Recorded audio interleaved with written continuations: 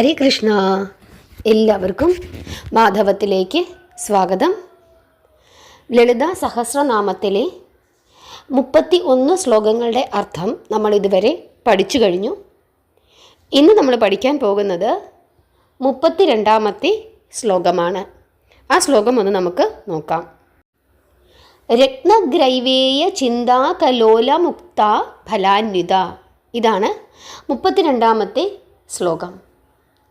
രത്നനിർമ്മിതമായ ഗ്രൈവേയത്തോടും ചിന്താകത്തോടും ലോലങ്ങളായ മുക്താഫലങ്ങളോടും കൂടിയവൾ എന്നാണ് അർത്ഥം.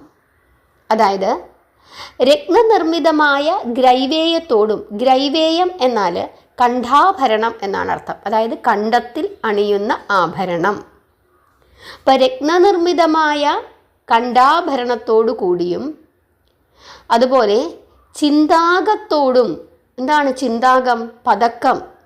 അതായത് പതക്കമാണ് കഴുത്തിൽ അണിഞ്ഞിരിക്കുന്നത്. അത് രത്നം കൊണ്ട് നിർമ്മിച്ചതാണ്.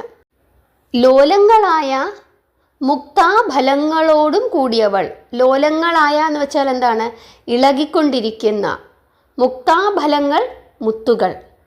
അപ്പോൾ ഈ കണ്ഠാഭരണം, അതായത് കഴുത്തിൽ അണിയുന്ന ആഭരണം രത്നം കൊണ്ട് നിർമ്മിച്ചതാണ്. അതുപോലെ അത് പതക്കത്തോടു കൂടിയതാണ്. അതുപോലെ തന്നെ ഇളകുന്ന മുത്തുകളും അതിലുണ്ട്. ആ ആഭരണത്തിൽ ഇളകുന്ന മുത്തുകളാണ് ഉള്ളത്. അപ്പം ഇളകുന്ന മുത്തുകൾ കൊണ്ടും രത്നങ്ങൾ കൊണ്ടും നിർമ്മിച്ച ആ പതക്കം, അത് കണ്ഠത്തിൽ, കഴുത്തിൽ അണിഞ്ഞിരിക്കുന്ന ഭഗവതി എന്നാണ് ഇവിടെ ഉദ്ദേശിക്കുന്നത്. ഭഗവതിയുടെ കഴുത്തിൽ അണിഞ്ഞിരിക്കുന്ന ആഭരണത്തെ പറ്റിയാണ് ഇവിടെ വർണ്ണിച്ചിരിക്കുന്നത്. അത് രത്നം കൊണ്ട് ഉണ്ടാക്കിയതാണ്. അതുപോലെ തന്നെ പതക്കമാണ്. ഇളകിക്കൊണ്ടിരിക്കുന്ന മുത്തുകൾ ആ ആഭരണത്തിലുണ്ട്. അങ്ങനെയുള്ള ആ ആഭരണം, ആ രത്നം കൊണ്ട് നിർമ്മിച്ച ആ കണ്ഠാഭരണം അണിഞ്ഞ ഭഗവതി, അംബിക, ആ അംബികയെ ഞാൻ വണങ്ങുന്നു എന്നാണ് ഈ ശ്ലോകത്തിൻ്റെ അർത്ഥം.